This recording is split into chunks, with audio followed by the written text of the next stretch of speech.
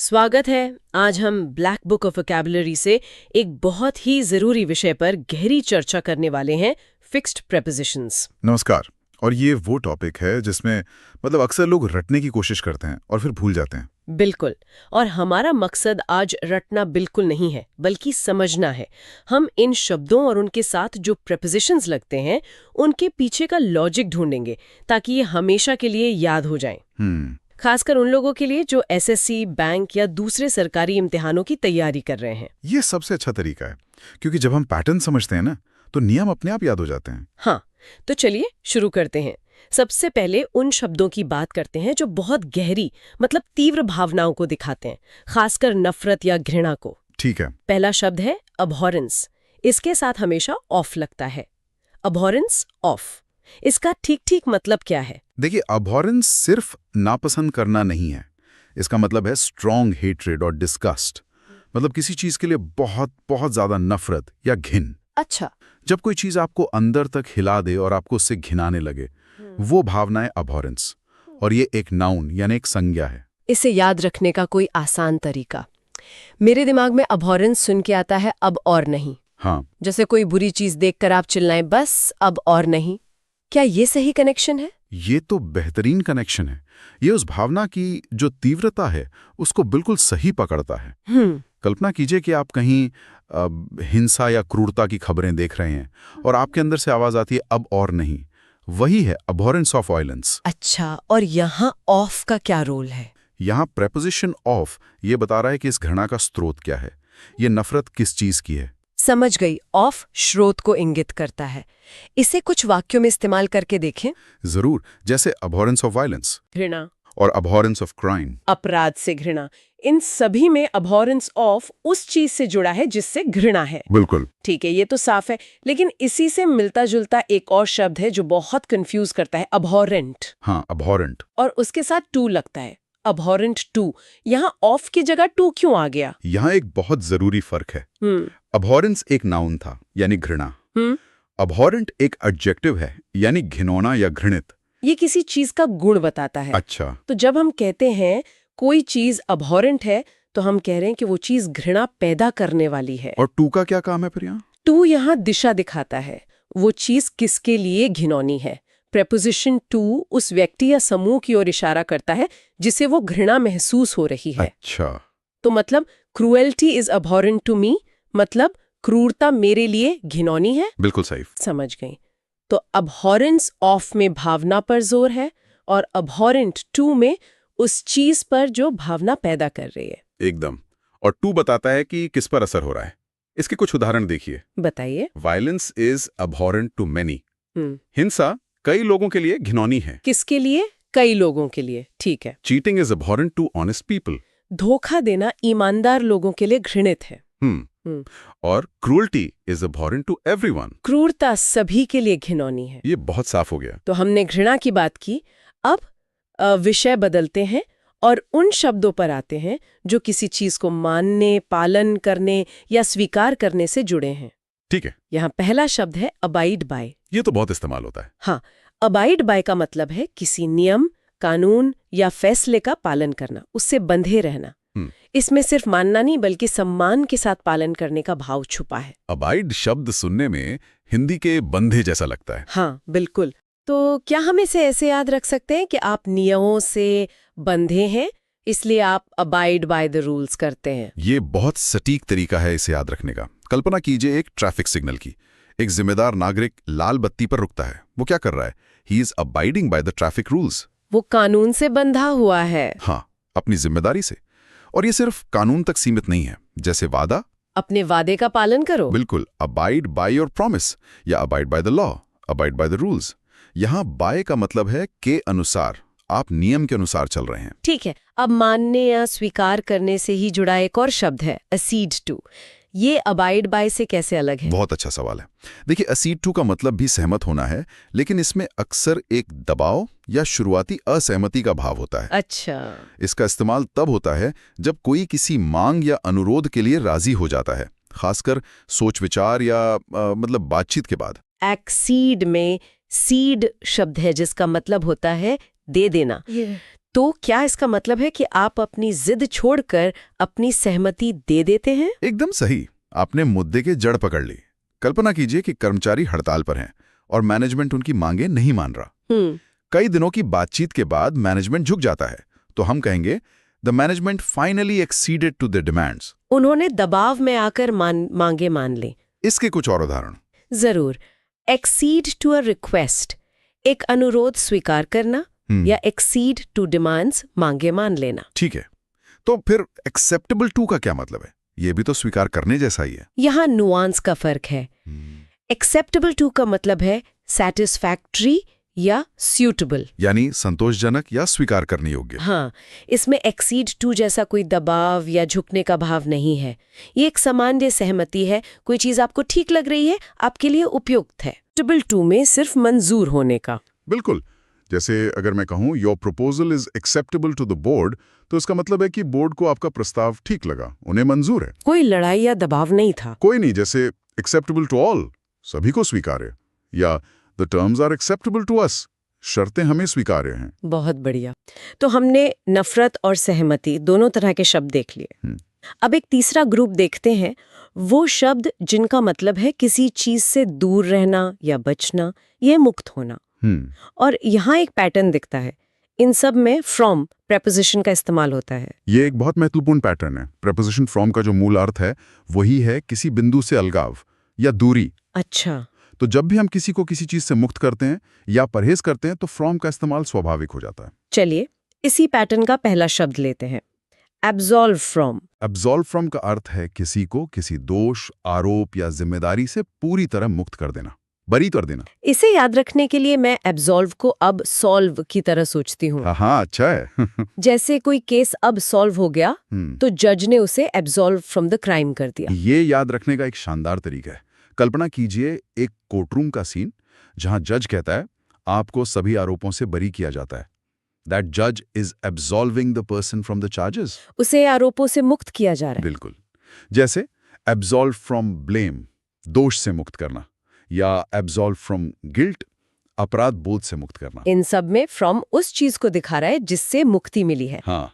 अब फ्रॉम वाले पैटर्न में ही एक शब्दों का परिवार है जो बहुत कंफ्यूज करता है। एब्स्टेन, एब्स्टीमियस और एब्स्टिनेंस। हाँ, ये तीनों। इनमें क्या फर्क है? चलिए एब्स्टेन फ्रॉम से शुरू करते हैं। करना। एब्स्टेन में स्टे शब्द भी है। आप किसी चीज से स्टे अवे रहते हैं। सही पकड़ा।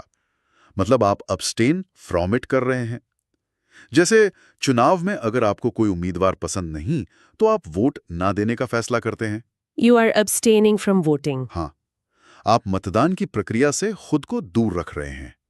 और उदाहरण है अब्स्टेन फ्रॉम अल्कोहल, शराब से परहेज करना, और abstain from junk food, junk food से परहेज करना। बिल्कुल। तो फिर एब्स्टिनेंस फ्रॉम क्या है? एब्स्टिनेंस उसी अब्स्टेन क्रिया का नाउन फॉर्म है, संज्ञा रूप। इसका मतलब है परहेज करने का अभ्यास या वो अवस्था। अच्छा। अब्स्टेन वो काम है जो आप करते हैं और एब्स्टिनेंस उस काम का नाम है। ओके, तो ही अब्स्टेन्स फ्रॉम अल्कोहल, वो परहेज करता है, ये क्रिया है। जी। और his abstinence from alcohol is impressive, शराब से उसका परहेज काबिल तारीफ है, ये संज्ञा है। आपने बिल्कुल सही समझा। एब्स्टिनेंस एक अभ्यास है, एक डिसिप्लिन है। जैसे एब्स्टिनेंस फ्रॉम इंडल्जेंस, भोग विलास से परहेज। हाँ, और यहाँ भी फ्रॉम अलगाव दिखा रहा है। और उस परिवार का तीसरा शब्द था एब्स्टीमियस इन। यहाँ प्रेपोजिशन फ्रॉम से इन हो गया, ऐसा क्यों? क्योंकि एब्स्टीमियस एक एडजेक्टिव है, एक विशेषण। ये किसी व्यक्ति का गुण बताता है। इसका मतलब है खाने पीने में संयमित होना। तो यहाँ इन क्यों लगा? क्योंकि यहाँ आप किसी चीज से दूर नहीं हो रहे, बल्कि किसी चीज में संयम दिखा रहे हैं। इन यहाँ उस क्षेत्र को बताता है जिसमें संयम बरता जा रहा है। अच्छा, a person is abstemious in his diet, वो अपने आहार में संयमित है। ये बहुत ही सूक्ष्म लेकिन जरूरी अंतर है। मतलब एब्स्टीमियस इन का मतलब है किसी क्षेत्र के अंदर रहकर कंट्रोल करना। एकदम सही। जैसे एब्स्टीमियस इन डाइट, आहार में संयमित, या एब्स्टीमियस इन हैबिट्स, आदतों में संयमित। वाह, ये फ्रॉम और इन का अंतर अब पूरी तरह साफ हो गया है। हम अब एक आखिरी शब्द देखते हैं जो किसी भी ग्रुप में नहीं है लेकिन बहुत जरूरी है, अबाउंड विथ या अबाउंड इन? अबाउंड इसका मतलब है किसी चीज का बहुत बड़ी संख्या या मात्रा में मौजूद होना, मतलब किसी जगह का किसी चीज से भरपूर होना। अबाउंड सुनने में अबंडेंट, प्रचुर जैसा लगता है, शायद वहीं से याद रखा जा सकता है। बिल्कुल, दोनों का मूल एक ही है। कल्पना कीजिए एक नदी की जो मछलियों से भरी है। आप कह सकते हैं the river abounds with fish या the river abounds in fish. अच्छा, तो दोनों सही हैं। इस केस में विद और इन दोनों का इस्तेमाल किया जा सकता है। क्या विद और इन में कोई बारीक सा भी फर्क नहीं है, या ये पूरी तरह इंटरचेंजेबल है? ज्यादातर मामलों में है। कुछ लोग मानते हैं कि अबाउंड विद तब इस्तेमाल होता है जब कोई चीज किसी जगह पर भरी हुई हो, जैसे the forest abounds with trees. और अबाउंड इन तब जब वो जगह उस चीज के लिए जानी जाती हो, जैसे the region abounds in minerals. लेकिन व्यावहारिक तौर पर एग्जाम के लिए आप दोनों का इस्तेमाल कर सकते हैं। ठीक है, तो आज हमने 10 बहुत महत्वपूर्ण फिक्स्ड प्रपोजिशंस को सिर्फ रटा नहीं बल्कि उनके पीछे के लॉजिक को समझा। पैटर्न को। हाँ, हमने देखा कि कैसे ऑफ स्रोत बताता है, टू दिशा, फ्रॉम अलगाव, बाय नियम का पालन, और इन किसी दायरे के अंदर की बात करता है। बिल्कुल, और मेरे ख्याल से यही सबसे बड़ा टेक अवे है। जब आप प्रेपोजिशंस को इस तरह से देखना शुरू करते हैं तो वे सिर्फ नियम नहीं रह जाते। सही बात है। बल्कि भाषा को और गहराई से समझने का एक जरिया बन जाते हैं। ये एक बहुत ही जरूरी बात है, और इसी सोच को आगे बढ़ाने के लिए श्रोताओं के लिए एक सवाल छोड़ जाते हैं। जरूर। आज हमने अबाइड बाय सीखा, जिसका मतलब है नियम का पालन करना। क्या आप सोच सकते हैं कि नियम तोड़ने के लिए कौन से शब्द इस्तेमाल होते हैं, और क्या उनके साथ भी कोई फिक्स्ड प्रेपोजिशन आता है? अच्छा सवाल है। इस पर विचार जरूर कीजिएगा, ये आपकी समझ को और पक्का करेगा। अंग्रेजी भाषा कभी कभी एक भूल भुलैया जैसी लगती है ना? बिल्कुल। आप एक रास्ते पर चलते हैं, आपको लगता है आप सही जा रहे हैं, और अचानक एक जैसे दिखने वाले दो शब्द आपको गलत मोड़ पर ले जाते हैं। और मतलब का पूरा नक्शा ही बदल जाता है। हाँ। और प्रतियोगी परीक्षाओं की दुनिया में ये गलत मोड़ आपको मेरिट लिस्ट से बाहर भी कर सकते हैं। सही बात है। आज हम अंग्रेजी की इसी भूल भुलैया के सबसे पेचीदा रास्तों को सुलझाएंगे, जहां शब्द तो लगभग एक जैसे हैं पर मंजिलें बिल्कुल अलग है। हम बात कर रहे हैं होमोनिम्स और होमोफोन्स की। अच्छा। और इसके लिए हम लेक्सिकॉन ऑफ नियर होमोफोन्स से कुछ बहुत ही जरूरी शब्द समूहों को समझेंगे। वो काबिले लेके सबसे कंफ्यूजिंग लेकिन सबसे स्कोरिंग हिस्सों में से एक है होमोनिम्स और होमोफोन्स। एसएससी जैसे एग्जाम्स में अक्सर ऐसे ट्रिकी वर्ड्स पूछे जाते हैं जहां एक शब्द का मीनिंग कुछ और निकल जाता है, या फिर दो वर्ड्स सुनने में तो सेम लगते हैं लेकिन उनके अर्थ बिल्कुल अलग होते हैं। यही वजह है कि इस चैप्टर को समझना बहुत जरूरी है। होमोनिम्स और होमोफोन्स न सिर्फ एग्जाम में डायरेक्ट क्वेश्चंस बनाते हैं, बल्कि कॉम्प्रिहेंशन, क्लोज टेस्ट और एरर डिटेक्शन में भी आपका गेम स्ट्रॉन्ग कर देते हैं। इन्हें पढ़ते समय ऐसा लगेगा जैसे इंग्लिश लैंग्वेज कभी-कभी एक पहेली, एक पजल की तरह बिहेव करती है। एक ही साउंड, एक ही स्पेलिंग, लेकिन मतलब बदलते ही पूरा सेंटेंस का अर्थ बदल जाता है। तो चलिए शुरू करते हैं ये इंटरेस्टिंग और एग्जाम स्मार्ट जर्नी, जहां वर्ड्स होंगे वही लेकिन मीनिंग्स होंगे कई। तो हमारा पहला पहेली समूह है अबेट, अबेट और अबट। सुनने में ये तीनों एक ही परिवार के लगते हैं, लेकिन मुझे शक है कि इनके काम बिल्कुल अलग-अलग हैं। आपका शक बिल्कुल सही है। ये तीनों ही क्रियाएं हैं, मतलब वर्ब्स हैं, लेकिन इनकी वर्तनी और इनके अर्थों में जमीन आसमान का फर्क है। अच्छा। चलिए पहले शब्द अबेट से शुरू करते हैं। वर्तनी है ABATE, उच्चारण है अबेट। अबेट, ए के साथ। मुझे ऐसा महसूस हो रहा है जैसे ये किसी चीज के कम होने या घटने से जुड़ा है, जैसे कोई कह रहा हो अब बस। क्या मैं सही सोच रही हूँ? क्या बात है, आप बिल्कुल सही दिशा में सोच रही हैं। अबेट का मतलब ही है टू बिकम लेस स्ट्रॉन्ग या डिमिनिश। अच्छा, यानी किसी चीज की तीव्रता का कम होना। बिल्कुल। इसे याद रखने का सबसे अच्छा तरीका है एक तूफान की कल्पना करना। जब तूफान आता है तो हवा और बारिश अपने चरम पर होती हैं, लेकिन कुछ समय बाद उनका जोर कम होने लगता है। हाँ, वो धीरे धीरे शांत होने लगता है। बस उसी स्थिति को हम कहते हैं the storm began to abate. तूफान का असर कम होने लगा। ये सही है। तो A for abate, A for अब शांत हो जाओ। अब आते हैं इसके जुड़वा भाई अबेट पर। जी, अबेट, लेकिन मुझे लगता है ये ई वाला भाई थोड़ा शरारती है। शरारती ही नहीं, गैर कानूनी भी है। अच्छा, अबेट का अर्थ है टू एनकरेज और support someone in a criminal act. यानी किसी को अपराध करने के लिए उकसाना या उसमें उसकी मदद करना। बिल्कुल। यहाँ क्रिमिनल एक्ट यानी आपराधिक कृत्य सबसे महत्वपूर्ण हिस्सा है। ये किसी अच्छे काम में मदद नहीं है। तो अगर कोई बैंक लूट रहा है और उसका दोस्त बाहर गाड़ी लेकर इंतजार कर रहा है, हाँ, तो वो दोस्त डकैती को अबेट कर रहा है। एकदम सटीक उदाहरण। गेटवे ड्राइवर डकैती को अबेट कर रहा है। समझ गई। या अगर कोई किसी को झूठी गवाही देने के लिए उकसाता है तो वो भी उस अपराध को अबेट कर रहा है। E in abet, E for encouraging crime. बढ़िया। अब तीसरा शब्द है अबट, ABUT। इसका उच्चारण थोड़ा अलग है, अबट। हाँ, यू की वजह से आवाज बदल गई। इसका क्या लेना देना है? अबट का मतलब है टू बी नेक्स्ट टू और जॉइन टू समथिंग। मतलब? किसी चीज से बिल्कुल सटा हुआ होना। हाँ, जब दो चीजों की सीमाएं आपस में जुड़ रही हों, उनमें कोई दूरी ना हो। जैसे जब दो खेत एक दूसरे से सटे हुए होते हैं। बिल्कुल।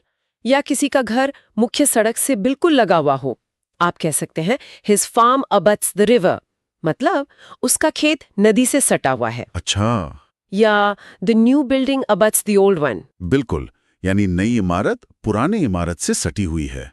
तो एक बात दिमाग में बैठा लेते हैं। अबेट, ए के साथ तूफान का कम होना। सही। अबेट, ई के साथ अपराध में मदद करना। बिल्कुल। और अबट, यू के साथ दीवारों का सटा होना। एकदम साफ। तीनों क्रियाएं, तीनों के रास्ते बिल्कुल अलग। चलिए अब अगली चुनौती पर चलते हैं। जरूर। ये जोड़ा तो और भी ज्यादा खतरनाक है। अब्ज्योर और एज्योर। हाँ, यहाँ तो सिर्फ एक अक्षर का फर्क है, बी और डी। एब्ज्योर, एज्योर, ये तो बोलते वक्त भी जुबान फिसल सकती है। मुझे लगता है यहाँ जड़ को पकड़ना जरूरी होगा। क्या इन शब्दों में एब और एड प्रीफिक्स का कोई खेल है? आपने नब्ज पकड़ ली। यही वो इंसाइट है जो रटने से आगे ले जाती है। अच्छा। अंग्रेजी में प्रीफिक्स एब का मतलब अक्सर अवे फ्रॉम या दूर होता है। हाँ। और एड का मतलब टू या टूवर्ड्स यानी की ओर होता है। और यही इन दोनों शब्दों के अर्थ की चाबी है। अरे वाह! तो एब्ज्योर, ABJURE, एब के साथ इसका मतलब हुआ किसी चीज से दूर जाना, उसे त्याग देना। बिल्कुल। एब्जोर का अर्थ है टू फॉर्मली रिजेक्ट और नॉट एक्सेप्ट अ बिलीफ और अ क्लेम। मतलब किसी विश्वास, अधिकार या दावे को औपचारिक रूप से सबके सामने त्याग देना। हाँ, यह एक बहुत गंभीर और सार्वजनिक कदम होता है। कल्पना कीजिए एक राजा भरी सभा में अपने सिंहासन को त्यागने की घोषणा करता है। He is abjuring his throne. वो अपनी सत्ता से दूर जा रहा है। समझ गई, ये एक मजबूत फैसला है। बिल्कुल। का मतलब किसी को किसी काम की ओर बुलाना या धकेलना है। बहुत बढ़िया कनेक्शन बनाया आपने। एज्यूर का अर्थ है टू solemnly कमांड और advise someone to do something. solemnly command मतलब पूरी गंभीरता और अधिकार के साथ कुछ करने का आग्रह करना। हाँ, लगभग कसम दिलाने जैसा। आप किसी को एक कर्तव्य की ओर बुला रहे हैं। इसका सबसे अच्छा उदाहरण तो शायद अदालत में मिलेगा, जब जज गवाह से कहते हैं सच बोलो। एकदम सही। जज कोई मामूली अनुरोध नहीं कर रहे होते, वो अपनी पूरी अथॉरिटी के साथ गवाह को सच बोलने का आदेश देते हैं। अच्छा। वो कह सकते हैं I adjure you to tell the truth. वो गवाह को सच्चाई के कर्तव्य की ओर निर्देशित कर रहे हैं। वाह, ये एब माने अवे और एड माने टूवर्ड्स वाली ट्रिक तो कमाल की है। इससे याद रखना आसान हो जाता है। हाँ, हमेशा के लिए याद हो जाएंगे। Abjure, B for bye bye, सिंहासन को त्यागना। और अक्सीड और एक्सीड। हाँ, ये तो बहुत आम है। असीड, ACCED, और एक्सीड, EXCED, दोनों क्रियाएं हैं। जी। असीड का मतलब सहमति से जुड़ा है ना? जी। जैसे किसी की बात मान लेना। सही है। असीड का मतलब है टू अग्री और कंसेंट, मतलब किसी मांग, प्रस्ताव या संधि पर सहमत हो जाना। अच्छा। अक्सर ये तब इस्तेमाल होता है जब कोई पक्ष थोड़ा दबाव या बातचीत के बाद सहमत होता है। जैसे कई हफ्तों के विरोध के बाद सरकार ने किसानों की मांगों को मान लिया। हाँ, तो हम कहेंगे the government finally acceded to the farmers demands. ये एक आदर्श उदाहरण है। अब बात करते हैं एक्सीड की। एक्सीड, इसका मतलब तो इसके प्रीफिक्स एक्स्ट से ही जाहिर है, जिसका मतलब होता है आउट या बियॉन्ड। हाँ, बाहर या पार। तो एक्सीड का मतलब हुआ किसी सीमा को पार कर जाना। बिल्कुल। जैसे गाड़ी चलाते वक्त स्पीड लिमिट को पार करना, you are exceeding the speed limit. बिल्कुल। या फिर his performance exceeded all expectations, यानी उसके प्रदर्शन ने सारी उम्मीदों को पार कर दिया। ये सकारात्मक भी हो सकता है। अच्छा, हाँ। एक और उदाहरण है the cost must not exceed the budget, यानी खर्चा बजट से ज्यादा नहीं होना चाहिए। तो ये तो साफ है। एक्सीड सहमति देना, मान जाना। और एक्सीड सीमा से ज्यादा हो जाना, पार कर जाना। सही। और दिलचस्प बात यह है कि इन्हीं क्रियाओं से मिलते जुलते दो संज्ञा नाउन्स हैं जो उतने ही भ्रामक हैं। अच्छा। हमारा अगला जोड़ा है एक्सेस और एक्सेस। अच्छा, तो अब हम वर्ब से नाउन्स पर आ गए। ये बहुत अच्छा कनेक्शन है। जी। एक्सेस, ACCESS, तो बहुत ही आम शब्द है। पहुंच। हाँ, जैसे I don't have access to that file. सही है। एक्सेस का मतलब है द अपॉर्चुनिटी और राइट टू यूज समथिंग और एंटर अ प्लेस। मतलब किसी चीज को इस्तेमाल करने या कहीं प्रवेश करने का अधिकार या अवसर। बिल्कुल। जैसे this ticket gives you access to the VIP lounge. और इसका जोड़ी बार है एक्सेस, EXCSS। ये भी एक्सीड की तरह अधिकता से जुड़ा है। बिल्कुल। एक्सेस का मतलब है मोर देन नेसेसरी, जरूरत से ज्यादा। और अक्सर इसका इस्तेमाल एक नेगेटिव सेंस में होता है ना? हाँ, ज्यादातर। कोई भी चीज जब जरूरत से ज्यादा हो तो वो एक्सेस कहलाती है। जैसे पार्टियों के बाद बचा हुआ खाना यानी एक्सेस फूड। या फिर don't drink alcohol in excess, जरूरत से ज्यादा शराब ना पिएं।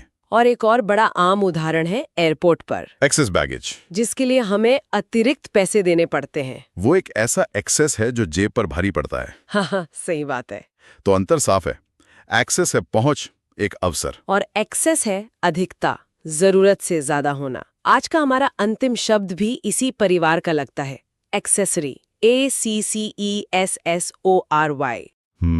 इसकी वर्तनी एक्सेस से मिलती जुलती है, पर मुझे लगता है इसका मतलब पहुंच से बिल्कुल अलग है। हाँ, ये एक बहुत ही अनोखा शब्द है क्योंकि इसके दो बहुत अलग-अलग और महत्वपूर्ण अर्थ हैं। दो अर्थ? हाँ, और दोनों ही परीक्षाओं में पूछे जाते हैं। एक्सेसरी एक संज्ञा है, नाउन। इसका पहला और सबसे आम मतलब है something extra that is not necessary but is attractive और यूजफुल। यानी कोई सहायक चीज, जैसे फैशन में होता है। बिल्कुल। घड़ी, बेल्ट, स्कार्फ, ये सब एसेसरीज हैं। ये आपके कपड़ों के लिए जरूरी नहीं है, पर आपके लुक को पूरा करते हैं। बिल्कुल सही, ये फैशन एक्सेसरी हैं। लेकिन अब इसके दूसरे मतलब पर आते हैं जो कानून और अपराध की दुनिया से जुड़ा है। अच्छा। और ये हमारे आज के एक और शब्द से सीधे सीधे जुड़ता है। इंतजार, क्या आप अबेट की बात कर रहे हैं? अपराध में मदद करना? शाबाश, आप डॉट्स कनेक्ट कर रही हैं। सच में? कानून की भाषा में जो व्यक्ति किसी अपराध को करने में मुख्य अपराधी की मदद करता है उसे an accessory to the crime कहा जाता है। यानी अपराध में सहायक। अरे वाह। तो जो व्यक्ति अबेट करता है वो कानून की नजर में एक एक्सेसरी है। बिल्कुल। ये तो कमाल का कनेक्शन है। एक ही चर्चा में दो मुश्किल शब्दों का रिश्ता पता चल गया। यही भाषा की खूबसूरती है। इसका मतलब ये सिर्फ अलग अलग शब्द नहीं है, ये एक ही कहानी के किरदार हैं। आपने बिल्कुल सही समझा। एक तरफ एक्सेसरी का मतलब है घड़ी या बेल्ट, और दूसरी तरफ उसी शब्द का मतलब है अपराध में एक साथी। संदर्भ ही सब कुछ है। आज की चर्चा से ये तो साफ हो गया कि अंग्रेजी के इस भूल भुलैया में रास्ता याद रखने के लिए सिर्फ शब्दों के अर्थ जानना काफी नहीं है। उनके बीच के रिश्ते, उनकी जड़ें और उनके इस्तेमाल के संदर्भ को समझना जरूरी है। बिल्कुल। आज हमने जो मुख्य जोड़े समझे उन्हें एक बार फिर से दोहराते हैं। हाँ, जरूर। अबेट कम होना और अबेट उकसाना। ठीक है। अब जोर और एडजोर, एक्सीड और एक्सीड, सही। एक्सेस पहुंच और एक्सेस अधिकता, और अंत में एक्सेसरी जो फैशन का साथी भी है और अपराध का भी। और इन बारीकियों को समझना ही एक गंभीर उम्मीदवार को दूसरों से अलग करता है। ये ज्ञान सिर्फ प्रश्नों को हल करने में ही नहीं बल्कि भाषा की गहरी समझ बनाने में भी मदद करता है। और जाते जाते एक सवाल छोड़ जाता हूँ जिस पर सोचिएगा। अच्छा। हमने देखा कि प्रीफिक्स एब और एड जैसे छोटे हिस्से शब्दों के अर्थ को कैसे दिशा देते हैं। हाँ। क्या भाषा में ऐसे और भी पैटर्न छिपे हैं? क्या हर शब्द के पीछे कोई तार्किक कहानी है या बहुत कुछ बस संयोग है? शायद अंग्रेजी कोई भूल भूले या नहीं, बल्कि ये एक कोड है जिसे सही चाबियों से खोला जा सकता है। नमस्ते और द डीप डाइव में आपका स्वागत है। नमस्ते। आज हम अंग्रेजी के एक ऐसे हिस्से पर बात करने वाले हैं जो अक्सर बहुत परेशान करता है, फ्रेजल वर्ब्स। हाँ, ये वाकई में काफी कंफ्यूजिंग हो सकते हैं। बिल्कुल। तो हमारे पास 10 आम फ्रेजल वर्ब्स की एक लिस्ट है, पर हम इन्हें रटने नहीं वाले। नहीं, वो तरीका तो काम ही नहीं करता। इसके बजाय हमारा मिशन है इन शब्दों को एक कहानी में पिरोना, ताकि इनके मतलब और इस्तेमाल करने का तरीका हमारे दिमाग में हमेशा के लिए बस जाए। क्या बात है, ये तो बहुत ही दिलचस्प तरीका है। फ्रेजल वर्ब्स की खूबी ही यही है कि वो सिर्फ शब्द नहीं, वो एक्शन है, वो इरादे हैं। और एक्शन को समझने का सबसे अच्छा तरीका कहानी ही है। एकदम। तो आज हम इन 10 फ्रेजल वर्ब्स का इस्तेमाल करके एक जासूसी कहानी की परतें खोलेंगे। हर फ्रेजल वर्ब उस कहानी में एक नया मोड़ लाएगा। एक जासूसी कहानी के जरिए फ्रेजल वर्ब्स को समझना।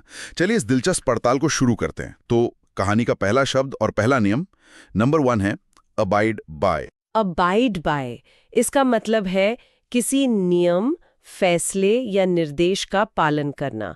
To follow a rule, decision और इंस्ट्रक्शन। ठीक है, तो हमारी कहानी कैसे शुरू होती है? तो कहानी कुछ यूं है कि एक शहर में एक बहुत ही सख्त और ईमानदार जासूस है और उसका पहला उसूल है कि उसे हमेशा कानून को अबाइड बाय करना है। कानून को अबाइड बाय करना है, मतलब वो नियमों से बंधा हुआ है। जी, उसे हर नियम को अबाइड बाय करना पड़ता है। यहाँ अबाइड शब्द का मतलब है बने रहना या टिकना। बने रहना। और बाय का मतलब है के साथ। तो जब आप किसी नियम को अबाइड बाय करते हैं तो आप उस नियम के साथ बने रहते हैं, आप उसकी सीमा नहीं लांघते। ये तो बहुत दिलचस्प नजरिया है। मतलब पालन करना से कहीं ज्यादा गहरा मतलब है इसका। तो हमारा जासूस हर सबूत को सट्टे पर ही हासिल करेगा, उसे हर नियम को अबाइड बाय करना ही होगा। सही पकड़ा। और इसे याद रखनी है कि एक ट्रिक भी हो सकती है। अबाइड को सोचिए अब आईडी। अब आईडी, हाँ, जैसे ऑफिस में घुसना है तो अब आईडी दिखानी पड़ेगी, ये रूल है, और आपको इस रूल को अबाइड बाय करना होगा। बढ़िया है। तो अब कहानी में एक केस आता है जी। एक म्यूजियम से एक कीमती हार गायब हो गया है। और जासूस का अगला कदम यहीं आता है, हमारा दूसरा फ्रेजल वर्ब, है ना? Number 2 account for. बिल्कुल, अकाउंट फॉर मतलब किसी चीज का हिसाब देना या कारण बताना। तो एक्सप्लेन, गिव अ रीजन। हिसाब देना। हाँ, अब जासूस को सबसे पहले ये पता लगाना है कि म्यूजियम की सुरक्षा में जो चूक हुई उसका जिम्मेदार कौन है। सिक्योरिटी गार्ड को अपनी लापरवाही के लिए अकाउंट फॉर करना होगा। मतलब उसे अपनी गलती का कारण बताना होगा, उसका हिसाब देना होगा। एकदम। अकाउंट शब्द का मतलब ही है हिसाब किताब या ब्यौरा, और फॉर मतलब के लिए। तो किसी चीज के लिए हिसाब देना। अच्छा, कि ये सिर्फ पैसों का हिसाब नहीं है, ये किसी भी घटना के कारण का ब्यौरा देना है। जैसे एक मैनेजर कह सकता है कि आपको इस देरी के लिए अकाउंट फॉर करना होगा। बिल्कुल। और इसकी ट्रिक भी अकाउंट शब्द में ही है। सोचिए, अगर आपके बैंक अकाउंट से पैसे गायब हो जाएं, तो बैंक को जवाब देना पड़ेगा। हाँ, बैंक को फॉर यानी उसके लिए जवाब देना पड़ेगा। उसे उस गायब हुए पैसे का अकाउंट फॉर करना होगा। ठीक है, कहानी दिलचस्प हो रही है। तो अब एक संदिग्ध पकड़ा गया है। हाँ, एक अमीर व्यापारी, लेकिन वो तुरंत एक बड़े वकील को बुला लेता है। और यहाँ हमारा तीसरा फ्रेजल वर्ब आता है, number 3 act for. Act for, इसका मतलब है किसी का प्रतिनिधित्व करना, टू रिप्रेजेंट। जी, अब वो वकील कोर्ट में उस अमीर व्यापारी के लिए एक्ट फॉर करेगा, यानी वो उसकी जगह पर बोलेगा, उसकी तरफ से दलीलें देगा। सही। यहाँ एक्ट का मतलब है काम करना और फॉर का मतलब के लिए। ठीक है। तो किसी और के लिए काम करना। जैसे एक राजदूत दूसरे देश में अपने देश के लिए एक्ट फॉर करता है, वो अपने देश का प्रतिनिधित्व करता है। ये तो काफी सीधा है। जैसे एक एक्टर किसी किरदार की एक्टिंग करता है, वैसे ही वकील अपने क्लाइंट के लिए एक्ट फॉर कर रहा है। बिल्कुल।